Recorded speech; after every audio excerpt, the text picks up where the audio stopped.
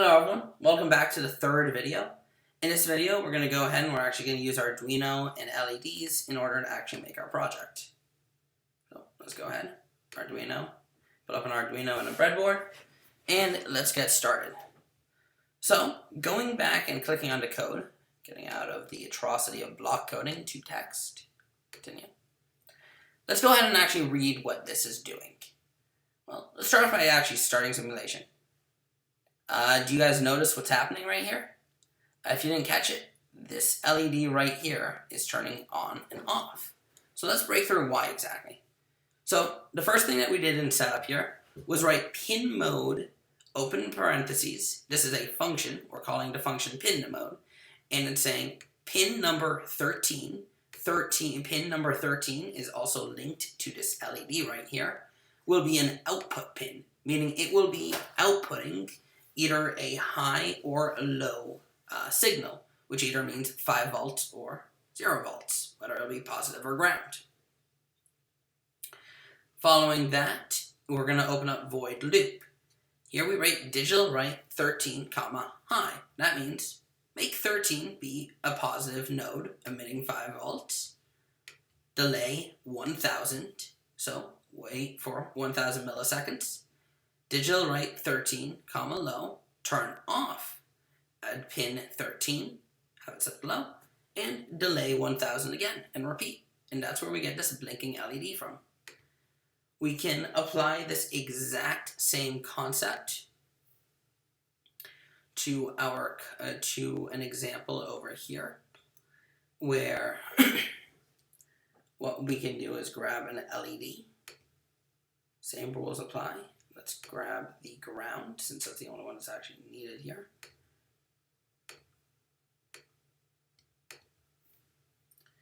And we can then grab a resistor, connect it over, set this resistance to 400 ohms. And then we're going to go anode to positive. Oh, wait, no, sorry. We're actually going to connect this anode over to pin 2. Typically when drawing this stuff, people like them to be straight, also not overlapping, but I'm breaking that overlapping rule entirely here. So let's go ahead, start simulation. And nothing's happening. Well, of course, we didn't say pin 2 to do anything. So let's go over to code. We don't care about pin 13 anymore, so we're going to hijack that code, switch this up to pin mode 2. Pin 2 is now going to be an output. And instead of having to write 13 each time, we're going to declare a constant. So if you're declaring a variable to be used inside of a function, it cannot be declared in another function.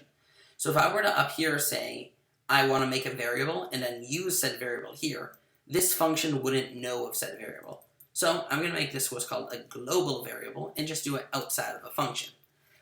In coding, this is typically considered bad practice. But in Arduino and microcontroller coding, it is completely normal. So we're going to go ahead, const int LED equals 2. Semicolon. We're going to go ahead, put this at the very top of our code. And so now instead of pin mode, here I can write LED. Instead of 13, I can write LED. LED. As you can see, I set this to constant since this value cannot and will not ever change. I'm not going to be unplugging the wire at some point, so it's going to be a constant.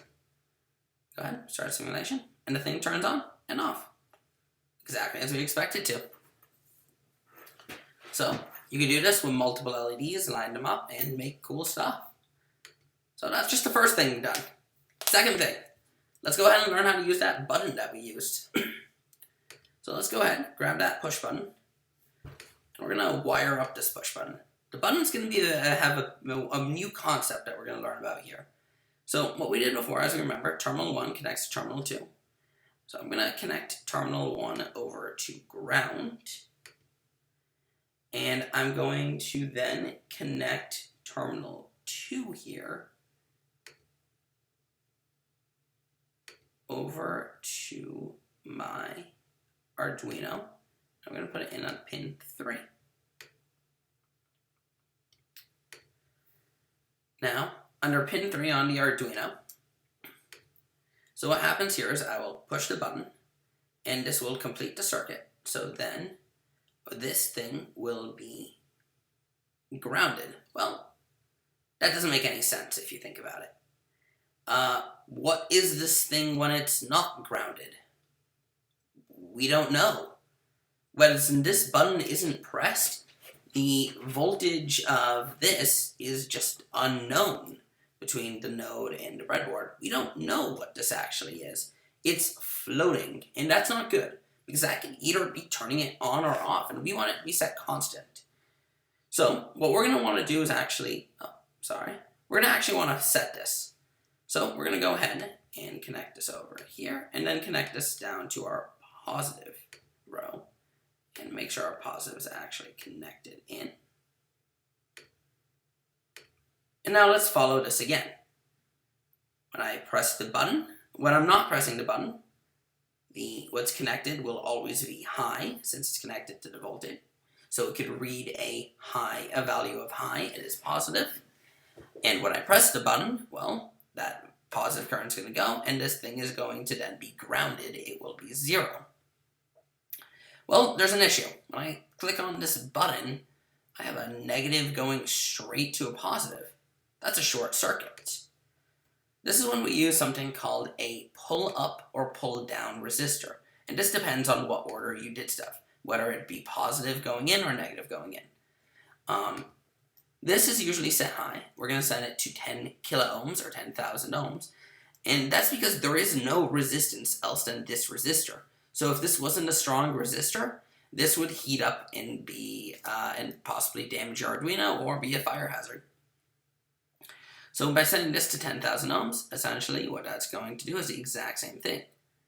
Right now, following this, connects to the button, connects here, connects to positive. This will be reading an output of high. When I click on the button, positive will go to the path. This will want to flow to the negative path, as we saw with our circuits. Positive node wants to go to the negative node, and it will go to negative node, completely ignoring this alternate path of the Arduino, meaning that this alternate path will have to be low, since any electricity here would also flow to negative. So how do we actually code this? Well, this should be a good time to actually discuss what these pins were that I was plugging into. The first one, RX and TX, 0 and 1, we're going to ignore. That has to do with serial communication with the Arduino. And what we're going to look at is the fact that these say digital pins. Digital just means it can either be on or off. And this can either read on or off as well. Analog, on the other hand, means I could read a variable amount.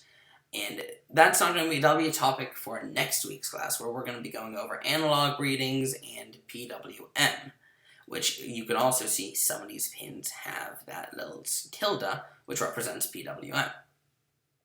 We'll go over that in next week's video. However, in this week's video, all that's important is digital is just either high or low, true or false, 1 or 0. So let's go ahead and link our button. Const int button. I'm going to call it but. And there we go. Equals 3. So now we know what pin it's on. We need to say what this is. Pin mode, button, comma, input. Since it will be inputting, it will be reading the value. And then we need to do something with this button. Well, let's take our code right here and let's throw it into an if statement. If, open condition, digital read, which is a new function, digital read, which is going to say read a pin, equals digital read of button, so reading the pin button, which is pin number 3, equals high, then I want to run this.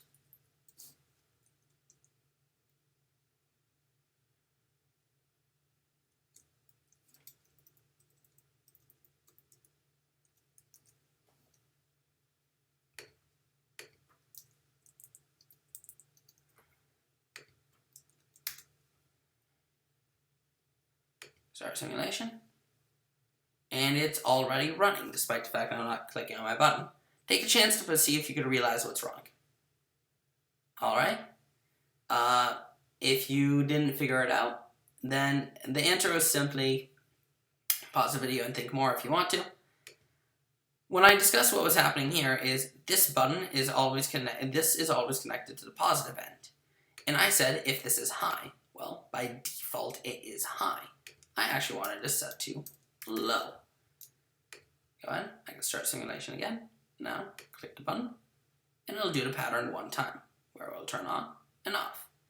As you can see in the void loop function, it'll just keep on looping through this rapidly, and by rapidly, extremely rapidly.